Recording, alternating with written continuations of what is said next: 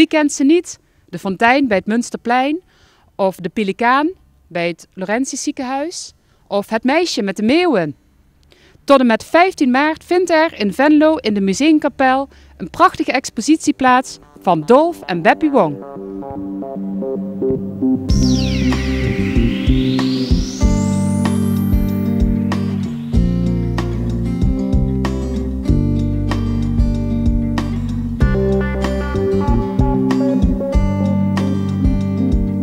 Op 5 januari is de expositie gestart. Zijn er veel bezoekers gekomen? Ja, de eerste die aanwezig moesten zijn, mevrouw en meneer Wong, dat is leuk, die waren fijn op tijd aanwezig, een kopje koffie kunnen drinken en dan gaat de deur open en dan komen daar 50 mensen gewoon naar binnen toe, uit het Limburgse. Dus echt een bijzonder sympathieke belangstelling. Mensen die meneer Wong ook kende en ook Beppie natuurlijk. En ja, dat is een heel groot aantal, hè, dus voor onze kapel.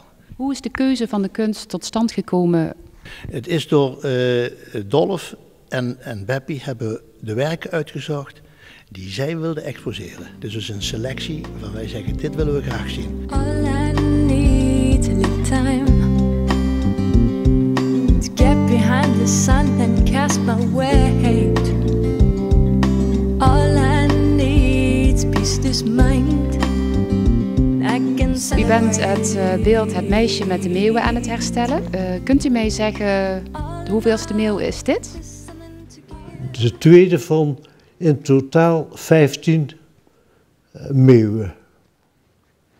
Die ik nodig heb om het bovenstuk van het kind met de meeuwen samen te stellen. Moet men veel over anatomie weten als men beeldhouwt? Ja, volgens mij is de anatomie eigenlijk de vocabulaire van een visueel iets, van een teken van een gemeenschap. En als u iets voor een gemeenschap maakt, dan moet u dat voor iedereen bevatbaar maken. Niet voor iemand alleen die kunst gestudeerd heeft of kunstzinnig aangelegd is of daarmee opgegroeid is. Nee, iedereen die dat ding ziet, die moet kunnen zien wat het is.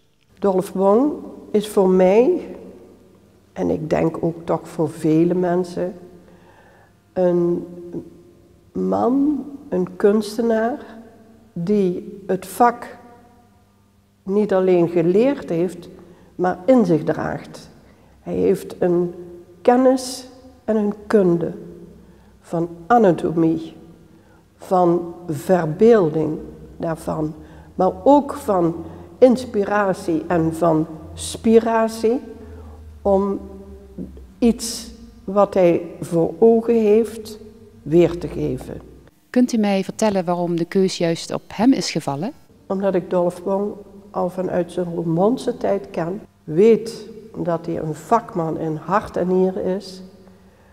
En dat het voor mij, zeker in zijn jubileumjaar, meer dan de moeite waard was om hem te mogen exposeren.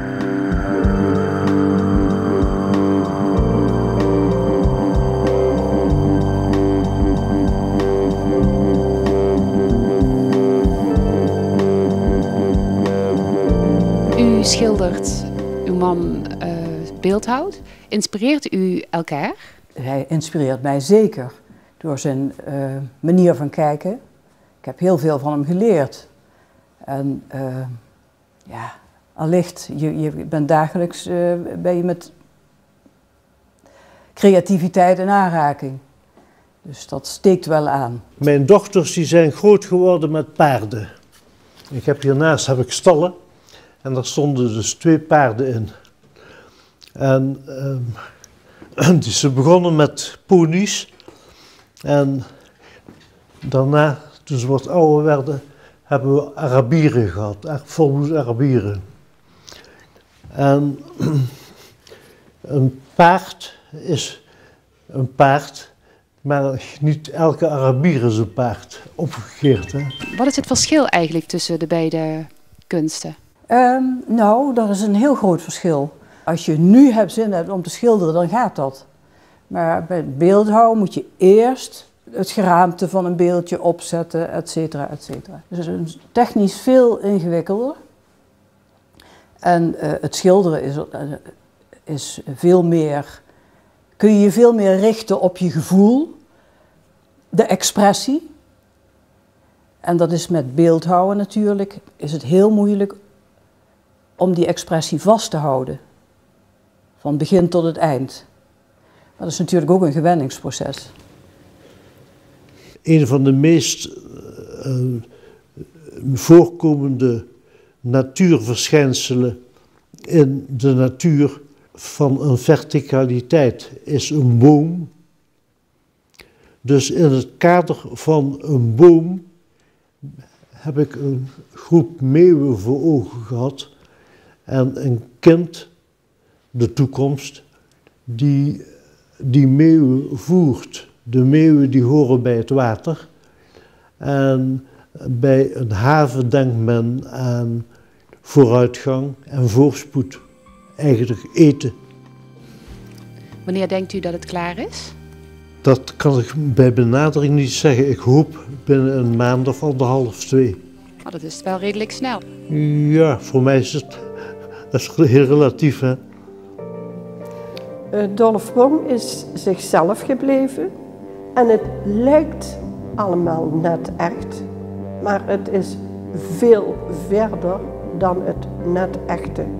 Het is zo bezield, het is zo indringend bezield. Ik denk dat daar de grote kunde van deze man in zit. De bezieling van hetgene wat hij maakt.